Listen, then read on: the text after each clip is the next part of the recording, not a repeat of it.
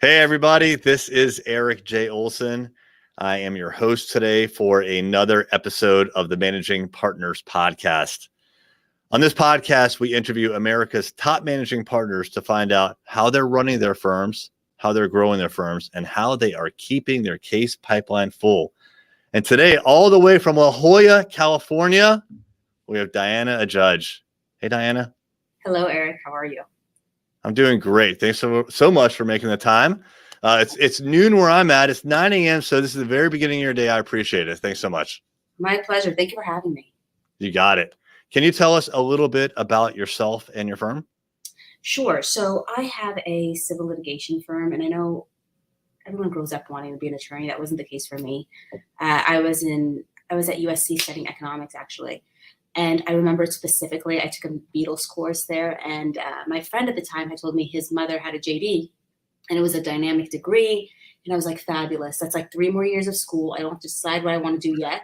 And I said, dynamic, that would give me options. So I go to law school, and in the course of it, I clerked for the public defender's office, family law, and then I eventually met my mentor who does civil litigation, and I knew this is what I wanted to do. And so then go take the bar, picked up, moved to the Middle East right after I got my law degree, because I was barred at 25. So I felt like, hey, I wish I had done a little bit more before I started my career. Went out there, worked out there for a little bit, came back. And after looking for a job for 3 weeks, people had reached out. And so I guess without being young and naive, not knowing, I said, you know what, let's just start my own practice. It was the end goal anyway. I just didn't expect I would start right away. Yeah. And so as of 2010, I've had a plaintiff's firm doing civil litigation. So now this June we'll be in practice for 12 years. Good for you. That's really impressive. Thank you.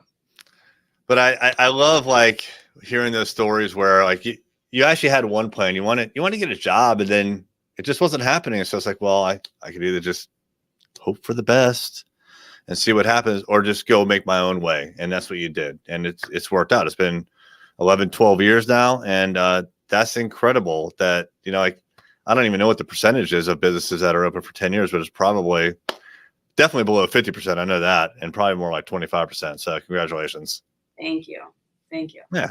I think my mentor misled me. He said, Diana, the reason people don't open up law firms is because they have a problem drumming up business. And and I had already sent him quite a bit of clients during my law school years. Yeah. I think there's a little bit more to that, but yeah. Which, I'm really glad that you brought that up, because that is a recurring topic on this podcast. It's actually the purpose of the podcast is to share ideas about how managing partners in law firms are drumming up business, because, and then my next question is about how do you go about doing that? Because a lot of law firms rely exclusively and only on referrals, which are great. Everybody loves referrals. I love referrals. They're a great lead source. But it's one of those things that it's very difficult to generate the demand, especially when you need it. You're just kind of passively kicking back, hoping that these referrals come in. But what do you do to actively go out and get new business? So it's transitioned over the years. When I first started my practice, first of all, I couldn't handle really a decent caseload when I first started, because I was just trying to learn everything. In that case, I was like co-counseling with a lot of other attorneys. At the time, I'd show up at their office saying, do you have anything? I'm running low. And, thankfully, they helped. But so, yeah, we have like the referral thing. But so when I first started my practice also, I didn't have a dollar to my name. So I knew these 2 attorneys. One did bankruptcy. The other one did criminal defense. And I said, I'll answer phones for you in exchange to use your office space. Then as that relationship develops in close proximity, they start shifting me clients. Okay, but so initially, it starts off referrals, but you can't really rely on it because it's not stable and you don't know when it's coming in. And eventually what ended up happening unintentionally, the work I had done overseas, I had my contacts in the Middle East start sending me cases. Sometimes it'd be like, Diana, there's somebody getting a divorce in Connecticut. And I'm like, well, I'm sorry to hear it, but I can't help you. But then other times it would have been, hey, they try to purchase plot of land in the US. We take it for granted here that if you have funds, you just easily could invest. But in other countries, they don't have that luxury, right? The cost of entry is a little bit higher. You need residency, you need certain things. So in that aspect, I mean, I was the only attorney they knew, and it was like a really weird investment because you have these foreign nationals, a weird niche because you have these foreign nationals doing investments here in the US. And so then I started getting that. And then also I became known as like the attorney who would take anything at some point because I would have clients who would have sat in, maybe they got rejected by 2 or 3 other attorneys. One time there's a girl who told me, she's like, "You're my 6th attorney," which I was like, you know, so humility, I guess. But I would take these cases that other people wouldn't necessarily, one, see the value in or thought liability was too much of a, was too high to kind of overcome. So that was initially. Then for the past 6 years, about halfway through my practice, I started teaching. And then teaching changed things significantly. Initially, I had about an audience of 30, 35 students each semester, and I'd be in person. So I'd cultivate a relationship with these students, and they're older, you know, we were doing this at night. So I met their children because their children would sometimes come to class with them. And that ended up being a great way to get business. And then I started, I had a website. So then I had a marketing guy who came in and said, "Diana, like, you need to start posting blogs," about 3 years later, right? So this is about 3 years ago. And I was like, "What do you mean blogs? Like, what are you going to write about?" And he's like, "Well, what do you teach about?" And so I debrief cases with my class. Like, we look at real cases, real hypotheticals. And he's like, "Look, if you're breaking these down anyway, and you're going to lecture on it, just write something on it." And honestly, I mean, the first, like, I don't think I got a call for the first year and a half, like nothing. But I was doing it for the class. So I was like, fine, just post this stuff. And now after like 3 years, no, like, he was right. I mean, it took long. I didn't do ad pay, you know, so it really was organically coming up in search engines. But now after 3 years, no, I mean, I get calls. I get the majority of my hourly stuff comes in through these blogs. So yeah. And actually it's ironic that, you know, we're having this interview now because it's only now that I'm actually seeing the value of it. And so I'm now in the process of actually, okay, let's get somebody on board. Every month he's doing something with the website, maybe now start investing in Google AdWords. And so this is something I'm actually looking at because I'm seeing it's actually reaped benefits. I think that's great. Yeah. And what's really interesting about that story is that you already had the content because you were teaching, and it was really just a matter of repurposing it for the most part. I'm sure you had to rework it a little bit, but repurposing what you were already doing to create content for your website. And whenever you can repurpose, you should. And especially if you could figure out what it is that your ideal kinds of clients are looking for, and then teach that if you can, if the curriculum allows it, right? If you can change the curriculum, that would be even better. But basically gear everything that you do towards what your ideal client is looking for, then post it all over the place. Have you used that kind of content in other places besides just your blog, like maybe like LinkedIn or something like that? Oh, yeah, I mean, there's the plugin that I guess when I post, it goes to my LinkedIn, it goes to Facebook, Insta, and Twitter. Yeah, so it does it in and of itself. If I click a button, that does it. Very cool. Very cool. So as far as your marketing goes, how are you currently handling that? You've mentioned you're writing blogs. You've mentioned that there is or was someone involved in helping you with the website. Yeah. Are you doing it all in-house now, kind of a combination, or? So I draft my own material. There's a guy that posted, I mean, I kind of know how to post it too, but we're just starting now to see like, how are we going to integrate AdWords if we want? So, I mean, we talk every 2 weeks, but it's only new. Like, I don't think he's actually started any of it. Okay. That's great. And cool. To be honest, I'm really not I'm not tech savvy. So quite frankly, if he could do all of it, that would be ideal. I mean, I'll draft the content, send it to him, and yeah. Just have someone take care of all that stuff. Yeah. No, I'm totally with you. Well, cool. It is when it comes to something that's working especially well, would you say it's the blogs that have really kind of taken off for you? It's the blogs. Look, if I had more, I definitely see the potential of it. So again, like predominantly I'm drafting based on what I'm teaching, depending on the curriculum for that week. There's a certain area of law that maybe a lot of people don't necessarily do, like targeting foreign investors doing business here, or targeting like the susceptible plaintiff, right? Like, you know, so there's really a direct thing that I like to do in practice. And now realizing that it is generating business, I could be better by being more specific on those topics specifically. But sometimes, depending on what the class is, it doesn't lend for it. So, yeah. So if I was more specific with the topics, if I was more consistent with the exact topics that I want to bring in, I imagine it would be better. So that would be the shift of focus. But yeah. Yeah. Okay. Cool. And then as a digital marketing agency, we're always actually interested in what used to work, but no longer works for you. Is there something that you could think of? Yeah, there was. So I hired, look, the way I've gotten my best clients ever, it's always been relationship, right? And it's not relationships with other attorneys necessarily. I'm a local. I grew up in San Diego. Wonderful connections here. Volunteer quite a bit. I'm active in like a club. And so through my activities, they've actually been the best source of referrals. So what I try to do, I try to actually like outsource that. There was a phenomenal lady who, dear friend of mine to this day, she has her own marketing firm. And I said, you know what, get on board and why don't you start building those relationships on my behalf? It didn't work. It didn't work because my stuff, it's different. The conversations that you have with your colleagues, the conversations you have with your friends, that stuff can't be necessarily, I think, unless, I don't think that could be reciprocated through another. You can't outsource that. That's Are you talking about like a business development person that would go out in the community and represent your firm?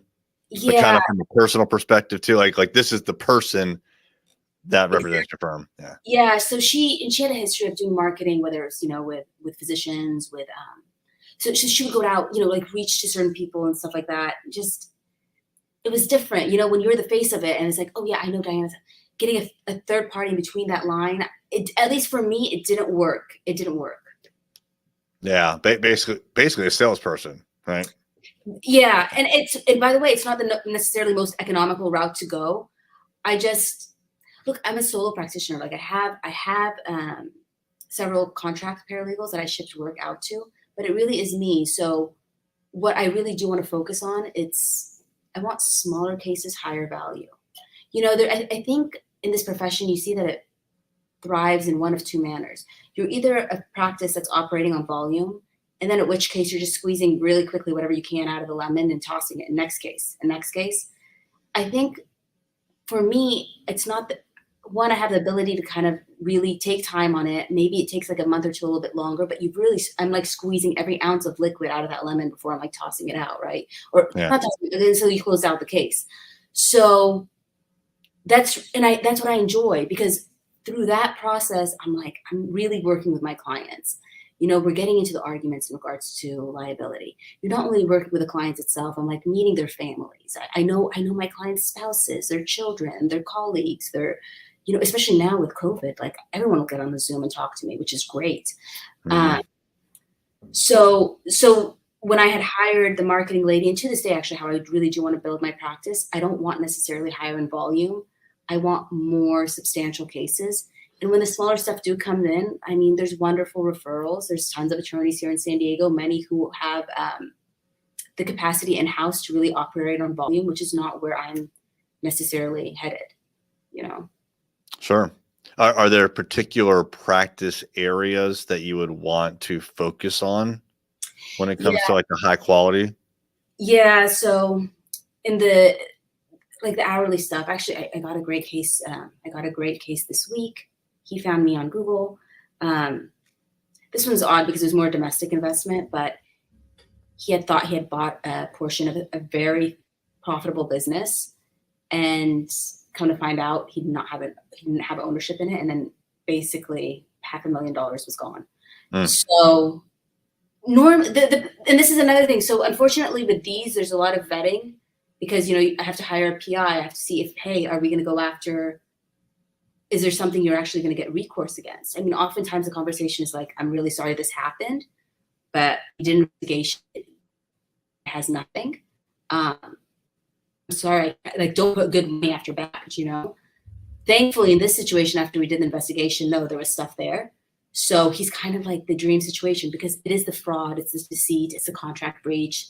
It's a guy, who struggled to save up his money, and he did, and he was, joining like making an investment in something that he believed to be substantial, and unfortunately he bamboozled, you know, like, so it's an honor to even just have these conversations with these guys, because, you know, like, they're ambitious, they're entrepreneurs, their energy is like kind of, I don't know, it's nice, it's exciting and stuff like that. And then thankfully in this case, I'm looking at him like, no, I think we actually got something here. We can make this work. So this is like a dream case. If I could have like 6, 7 of these open at a time. There you go. Yeah. Nice. When you say that he found you through Google, are you running ads right now, or was that like just one of the natural links? No, but this is fun. No, because I asked him, I said, you know, where, so normally it's like my blog, but I guess I was like on something like investor fraud. He told me this website, which I blew my mind. I didn't even know I was on there. But I guess I imagine one of my articles that I had drafted at some point got tied to this or got quoted I don't know what happened. So that was funny. Isn't that great? Oh, it was wonderful. Well, it's great because, you know, you kind of sprinkle the, you know, the magic all over the place, and sometimes, you know, if it's going to work, sometimes you don't know, but it's wonderful when just a year or so later, you know, a great opportunity comes your way because of that. Yeah. Like, I mean, yeah, it really is the ideal situation. And it's so funny how it's like that one conversation. And I mean, I wish Eric was still doing websites, because I would have been like, hey, you know, he's not in the practice anymore. But he said, Jenna, you're doing it anyway. Just put it in writing. You're doing it. He's right. Smart. Yeah, Very smart. That was a good move. Well, cool. We're running a little bit long, so I want to respect your time. So we are going to kind of wrap things up here. But what is the best way for people to get in touch with you if they want to know more, or they have a question for you, or maybe a referral? Sure.